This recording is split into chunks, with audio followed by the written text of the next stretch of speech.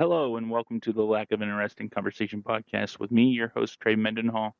I want to thank you for joining me today once again, as this is a podcast. In the description below says this is a podcast about anything and everything, whatever topic I feel led to talk about that week. By God, as we have the last few podcasts, continue to break down and talk about the NFL playoffs.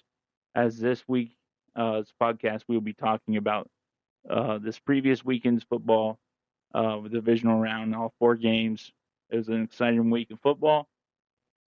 So I would want to thank you for joining me today. I want to thank you to all you new listeners out there that may be joining me for the first time. I appreciate it. Go back and check out the previous 5 episodes we have, as this is episode 6. I would love to hear your feedback on it. Just wherever you may be listening to this podcast, as we are available on all sorts on podcast platforms. Just give us a like, rate us, subscribe to us, follow us, and leave a comment. Also, turn on your notifications for your preferred podcast platform, whether that be like the big three: Amazon Music, Spotify, or Apple Podcasts. As I know, with Amazon Music, they will send you a notification when we upload a new episode every Wednesday. We have a Facebook page, which is the only social media um, platform that we are on. We are the Lack of Interesting Conversation podcast Facebook page on Facebook. Just type us into the search engine on there on Facebook, and it should come up on there. Just give us a follow over there.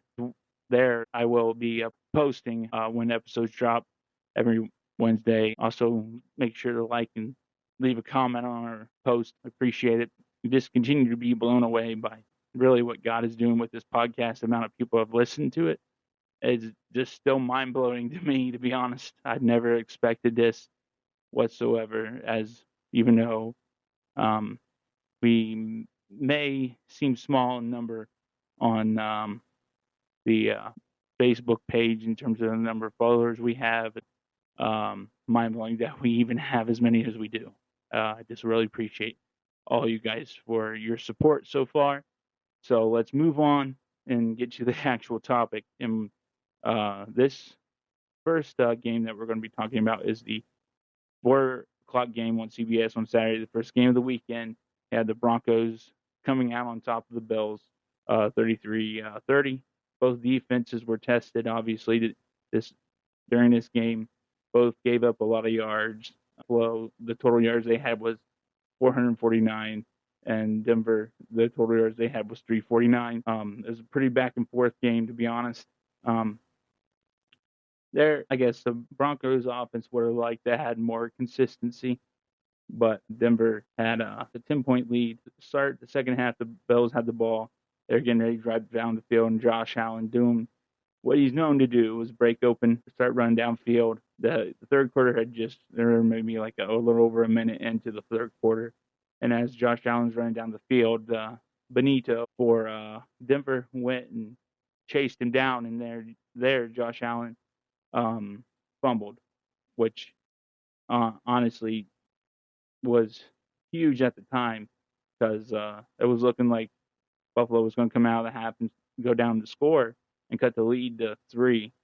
But they obviously weren't able to turn that into 7 points. They only got 3 instead of going up 27-10, kind of putting the game away after the turnovers Josh Allen had already. They were up only 23-10. Then on the very next drive the Buffalo Bills had, they went down and got a 10-yard touchdown pass from Josh Allen to Coleman and cutting the lead down 17. But to open the fourth quarter, the Bills went down and put another touchdown up on the board with a 14-yard touchdown pass to Dalton Kincaid to take the lead 24-23. Denver, after the touchdown Buffalo scored, they couldn't even move the ball, or they end up turning over again, which led to a 31-yard field goal by Buffalo, and then making it 27-23. On the very next Denver drive, Bo Nix and company led the football down the field to hit Mims on a beautiful 26-yard TD pass in the corner in the left corner of the end zone. And on that play, as Mims was going down to the ground, he hurt his lower back. And with that, there was 55 seconds left on the clock, which was too much time, as you learned last week, as the Jags did. But that's a little too much time for Josh Allen to have on the clock. And with those 55 seconds, they got down to where Matt Prater could kick a 50-yard field goal, which he ended up kicking and making, and sent the game to overtime 30. And then on the opening drive of that overtime, Josh Allen, which is probably the most controversial play of the weekend, went and tried to hit Brandon Cooks downfield, but as he was going down, McMillan, who was covering Brandon Cooks, had him coming with the ball as Brandon Cooks was going down, and basically McMillan ripped the ball right out of his hands, which ended up being ruled an interception. And from there on, Broncos basically kind of were able to get downfield by huge two pass interference calls to set up the kicker. I'm not sure how to pronounce his name. Bramboni, maybe, I don't know. With basically an old extra point for 23 yards out, giving the Broncos a 33-30 win. Obviously, that not only just that was it a catch, not a catch, which very many of fans of certain teams, whether that be the Lions with the Calvin Johnson, where he caught it, then all of a sudden he left the ball on the ground. I believe that was against the Bears, the Lions. In the 2014 divisional round, Cowboys, Dez caught a game. That'd be my only guess, really, why it was called interception or whatever it may be, as this kind of thing wasn't the only time this happened all weekend, as it happened in the Rams-Bears game. To be honest, Josh Allen did not have a very good game, although, I mean, if you look at his yardage, he was 25 for 39 for 283. He rushed for 66 yards, but he fumbled 3 times, lost 2 of them. He's lucky he didn't lose them all 3 through 2 picks. He did not take care of the ball very well at all, which obviously ended up being a huge reason why they lost. They were even, honestly, the Buffalo was very fortunate to even be in this game. If the Denver Broncos offense was more consistent driving the ball down the field, they probably would have put this game away a lot earlier instead of having to go all the way to overtime just to win this game. James Cook had a back-to-back game after last week only having like 40 yards, I believe. He had 117 yards. He fumbled. Dalton Kincaid was the leading receiver for 6 receptions, 83 yards, and that 1 touchdown. Although Buffalo's defense, Walker had a pick. He picked off Bo Nix, which being Bo Nix's only turnover of the game, as he was 26 for 46 for 279, 3 touchdowns, and that pick. He was also the Broncos' leading rusher with 29 yards on 12 attempts. And Mims Jr., the one who caught that 26-yard touchdown, he was the leading receiver, 8 receptions, 93 yards, touchdown. Humphreys also had a touchdown. Obviously, all 4 fumbles the Buffalo had end up being all turnovers. They had 3 sacks. Buffalo didn't have any. The really unfortunate thing about this is Bo Nix. He ended up on the play before the 30-yard pass interference call. They did like some kind of design run with him, and he ended up breaking his right ankle on that. And that was announced, obviously, after the game by head coach Sean Payton. Jarrett Stidham will be playing next week in the AFC title game. Although Sean Payton, he has had success with backup quarterbacks, obviously. When he was in New Orleans, look at what he did with Taysom Hill. He had success with him, who is more of a gadget guy. But when he needed him to be his quarterback when Drew Brees was hurt or whatever, he obviously had success, and the Saints won games with him. So it is very well possible for the Broncos to come up and win next week and go to the Super Bowl with a backup quarterback. As with this win, Bo Nix joins Tim Tebow as the only 2 quarterbacks drafted by Denver to win a playoff game. Yeah, which is crazy. And this is the first time Denver has advanced to the AFC Championship game since 2015. ironically, they are playing the same opponent as they did that year too. But um, I know a lot of people were kind of feeling bad for Josh Allen after the game, especially a lot of these sports news outlets, which is, I guess, kind of crazy to see because they wouldn't feel bad for anybody else. But with this loss, I know it had been rumored all year that head coach Sean McDermott would possibly lose his job if they didn't make the Super Bowl. And this year, they were, even though they're in a wild card team, um, they didn't have this year. Josh and them didn't have Patrick Mahomes in the way as the Chiefs didn't make the playoffs. Neither did Lamar Jackson and the Ravens. All those familiar foes they've faced over the years. But I know as today, as we're recording, earlier this morning, the Bills did end up firing Sean McDermott as he was there nearly a decade. Was in the playoffs every year but one his first year probably his 1 year. They won 5 straight AFC championships as well. But the thing is they were never ever able to make it over the hump. As the furthest they ever went was 2 AFC championship games, and both of them they lost to Chiefs. Basically, they were stagnant and couldn't go over the hump because of that, and that's why he's lost his job.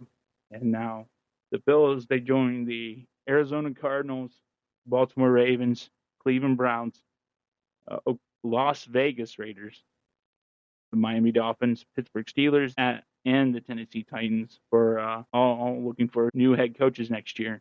With the Giants obviously filling their head coaching position with John Harbaugh, and the Falcons just hiring Kevin Stefanski, the fired Browns coach. It'll be interesting to see who is that next head coach in Buffalo. As to be honest, it's probably the best job out there, especially since you have a franchise quarterback in Josh Allen. And that defense has been stout, but who knows if you make the wrong hire, this team it could set this team back years. I guess it really just depends who they get. There's several head coaching candidates out there, obviously. Next, we'll go to the 8 p.m. Fox game on Saturday with the Seattle Seahawks absolutely demolishing the 49ers, 41-6. As soon as this game kicked off, it was over with the Shaheed 95-yard touchdown off the opening kickoff, which was, I believe, the longest touchdown play in Seattle playoff history, I believe. Obviously, this was a between two teams with all the injuries, I believe, honestly, catching up to the 49ers and the Seattle defense. Absolutely. I haven't watched much Seahawks football this season, but man, they look very dangerous. And Sam Darnold was able to take care of the football. Ken Walker the third had a monster game, 3 touchdowns on the ground, 116 yards. Cooper Kupp had himself a game. Like every time I looked up, even though he only had 5 receptions and for 60 yards, it seemed like he was catching the ball. Smith and Jigba had a touchdown from Sam Darnold on his only touchdown pass of the game. He only had 124 yards, but to be honest, that's all he needed, which is crazy. They had 2 sacks. Each team had 2 sacks. I believe there was a pick 6. The Seattle Seahawks scored on 6 of their first 7 drives. They scored some kind of points, whether that's a field goal or a touchdown, which is insane for a playoff game. That just tells you how big of a mismatch this was. Seattle, their defense in the regular season, they were ranked 6th in total defense, 10th in passing, 3rd in rushing, even though for some reason Kevin Burkhardt kept on the number 1 defense in the league, which is not true because that was Houston Texans defense. But they definitely looked like the number 1 defense, that's for sure. They can definitely get after you. And if you're not careful, they can make your life pretty miserable. I would not want to play defense, my goodness, especially in Seattle. That place was rocking like it was back when Pete Carroll and the Legion of Boom was there. It was just insane. This is Seattle's first NFC Championship game they advanced to since 2014. That year they ended up playing the Patriots in the Super Bowl that year, the old Malcolm Butler interception game, giving Tom Brady his first Super Bowl since Super Bowl 39. I think it was in 10 years, basically. But with this 41-6 playoff victory. This was Seattle's largest playoff victory since they absolutely ran over the Peyton Manning Broncos when they faced off in Super Bowl 48 in MetLife Stadium, which was the first ever outdoor Super Bowl in a cold weather city. Ironically, that was only the third coldest Super Bowl as that kickoff. It was 49 degrees that night, and the second coldest Super Bowl was Super Bowl 4 when the Kansas City Chiefs defeated Minnesota Vikings 27-3, and it was 46 at kickoff. But the coldest Super Bowl was Super Bowl 6, which was 39 degrees at kickoff when the Cowboys came back to avenge their loss in Super Bowl 5 against the Baltimore Colts 16-13. They defeated the Dolphins 24-3. And both the second and coldest Super Bowl games were both, ironically, in New Orleans. That's a fun stat that you can maybe win some trivia with. But this was also the 49ers' largest playoff loss since 1986 when they faced the eventual Super Bowl champion New York Giants, and they lost right in the middle of their dynasty. And the Giants ended up winning Super Bowl 21, 39-20 against the first ever Super Bowl appearance from Bronco-led John Elway team. And then we go to the 3 o'clock game on Sunday. The first game was on ESPN ABC. You had the Texans losing to the Patriots 28-16. And this game, had a combined, I think, 8 turnovers,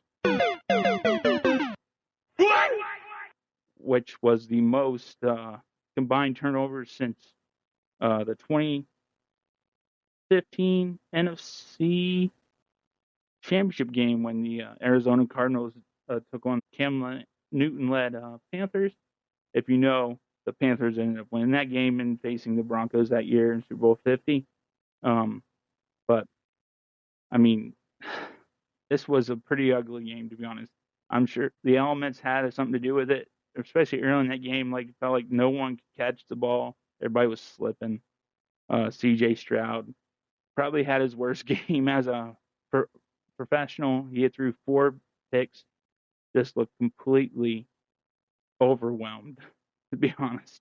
And the reason why, I guess, they had 16, and this game wasn't put away until the fourth quarter, and that was really thanks to this defense. The Texas defense played. They ended up having 5 sacks. They had a turnover. They forced 4 fumbles from Drake May, as he could not hold on to the ball either. When the Patriots needed it, I guess the difference was they had the better quarterback. Drake May was able to make plays, were able to get the balls to his playmakers. Stevenson had himself another big day for 16 attempts for 70 yards rushing. He also had another 4 receptions for 11 yards, which was down from his insane game last weekend. But Drake May ended up having 3 touchdown passes. Douglas had a touchdown. Diggs, obviously, where Drake May fitted in between 2 Texans defenders, which is crazy to see on live TV. And Diggs was able to hold on to that ball for a touchdown. And Buttle, who had that insane one-hand catch, I believe that was the touchdown that ended up putting this game officially out of reach, as it was 21-16 there for a while.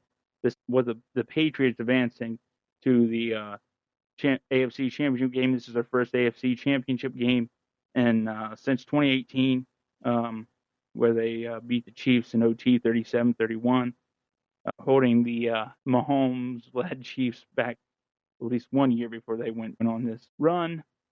They've been on here recently, and that ended up being the last of 8 consecutive AFC title games for the Patriots. Then they went from 2011 to 2018. They appeared in every single championship game. That year, they ended up going and beating the Rams 13-3 in Super Bowl 53, which I know a lot of people at the time called it a pretty boring Super Bowl, but which and eventually gave Tom Brady, Bill Belichick their 6th Super Bowl, which is the most by any coach in NFL history and most by any player in NFL history.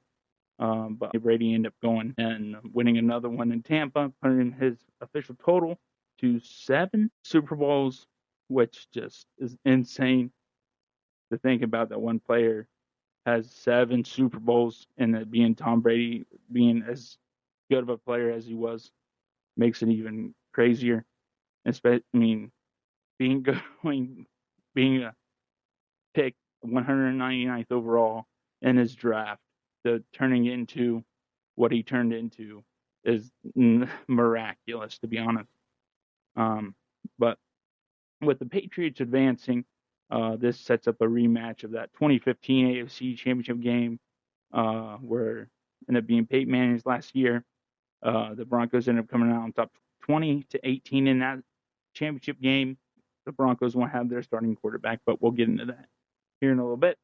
But the Texans, and if you put that Texans defense on most other teams with a decent quarterback, like if you put that Texans defense on the Cowboys, and the Cowboys be right in the thick of things, that defense was insane. And unfortunately, it got wasted. And CJ Stroud, I think he ended up with a total of like 7 or 8 total turnovers during this playoff run. His last week against the Steelers, he only had the ball picked once, but it felt like every time he dropped back, the ball would be on the ground. So that there's a lot of answers Houston has to think about this offseason. A lot of questions. Although I think C.J. Stroud is definitely capable, as he showed his rookie year, of being an NFL quarterback. It's just, I mean, do they give him another chance, or do they move on? And after this playoff go round, honestly, I wouldn't blame them if they wanted to move on. It kind of sucks, but it's just the way it goes. Then we go to the last game on Sunday. It was 6:30 on NBC. You had the Rams traveling to Chicago, and they ended up coming out on top in overtime, 20-17.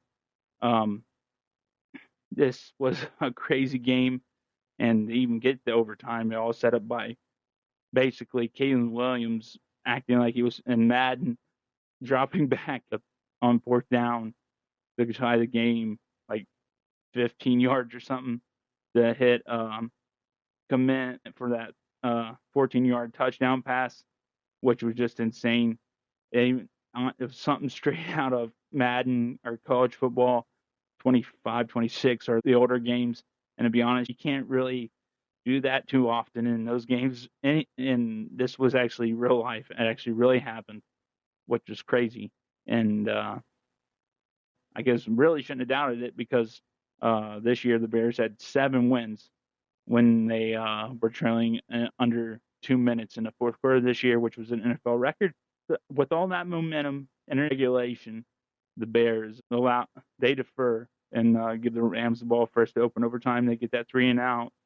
Then they get the ball back with all the momentum, and then they go for it on, I think, like a 4th and 1 or something like that, on a 3rd down maybe. Caleb Williams get that 1st down. He had to run for it, turn on the Jets. But then with 6:07 left in OT, for some reason, Ben Johnson calls something, has the entire receiving corps huge routes downfield, which in my opinion was not a good call, and ends up during that play, Caleb Williams is trying to hit DJ Moore somewhere downfield. Not sure if DJ Moore saw the ball or even knew he had the ball coming to him, like was pointed out on the broadcast. But being picked off by Cam Curls, which ended up being the Bears' fate, really, because they wouldn't get the ball back. Although they had the Rams there on 3rd down. But Stafford ended up hitting Devontae Adams on the sideline. Huge pick up on that 3rd down. And from there, they Rams kicker, as they call him, Harrison Nibs, kicked the game-winning field goal to send the Rams to Seattle next week. Caleb Williams, I think more of the same, up and down, has that gunslinger mentality, which can hurt his team, in my opinion, kind of like it did with when Brett Favre was still with the Packers when he was playing. I think he still leads the league as the most interceptions in the league history. I could be wrong about that, but I know Brett did turn the ball over a lot. And the constant going for it on fourth down early in the games, I mean, as anybody that plays a football video game knows, that's what people love to do.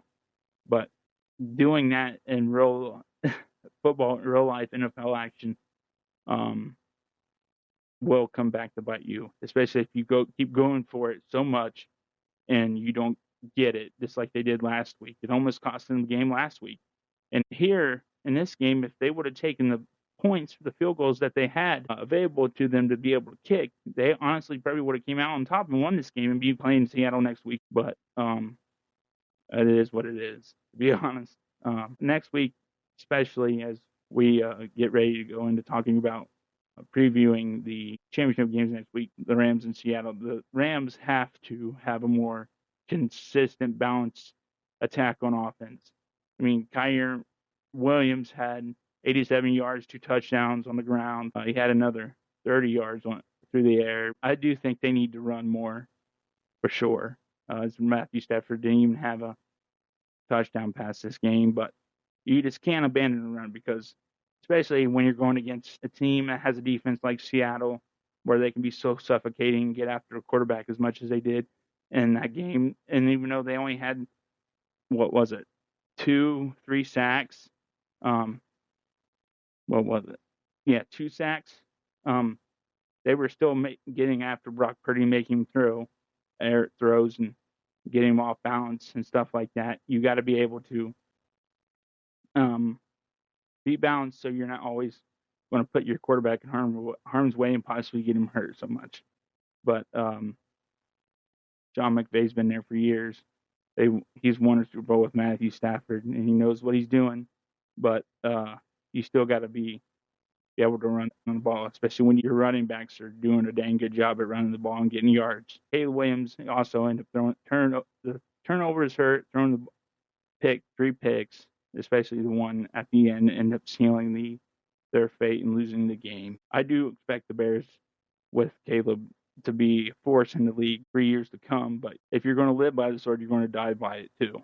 And I think that's been proven over and over again. You just can't do that. Next week's matchups, the first game is that AFC Championship game with the Patriots at the Denver. I think it's at 3 o'clock at CBS. That'll be a very interesting matchup, especially with Jarrett Stidham as quarterback for the Broncos, as we'll see what the game plan is for Sean Payton, whether they try and run the ball a little bit more or not. But obviously, especially with both defenses are great, top 10 defenses the entire year. But obviously, the Patriots offense is a little bit more explosive. But Drake May has to protect the ball and not just rely on that defense. Obviously, as the Bills proved this week, that you can turn the ball over 4 times and still possibly beat that team. But that's definitely not how you want to win. In order to know who I want to win both these championship games, you're going to have to go back to both previews of both conferences as I gave my predictions for each game and who I think is going to be in the Super Bowl and who I think is going to win it. As I have both teams I think are going to go to the Super Bowl and win, still in the playoff, which is obviously mind blowing. But then you got the late game, which is the NFC Championship game. For a change, it didn't seem like that happens very often, which is on Fox at 6:30. You have the Rams traveling to Seattle. Both division foes. Both teams can't stand each other, and they split this year. I know that. Honestly, I think this was come up to see if Matthew Stafford can make enough plays, as obviously that Rams defense hasn't been so great this year. I know the Bears, they gave up a total of 417 yards, and last week to the Panthers, they gave up a total of 303 yards to the Panthers. But obviously, as you can tell, when they face a higher-powered offense like the Bears' offense is, they can give up some yards. And Seattle, they only gave up to the Niners. What did they give up? I'm not 100% sure. what they gave up in terms of total yards. Both these teams know each other inside and out. Nothing, I guess, as it says, nothing new is under the sun for these teams. They play each other twice a year, and your divisional rivals are the teams you know the best. So I would not be shocked if comes down to the wire, as this is the first time Seattle has been in the NFC Championship game since 2014, which I think I said that, but I know this is the first time since 2021, the first year Matthew Stafford was in Los Angeles after that trade with the Lions in the NFC Championship game. They ended up beating the 49ers that year 20-17, and Super Bowl 56 ended up beating the Bengals 23-20.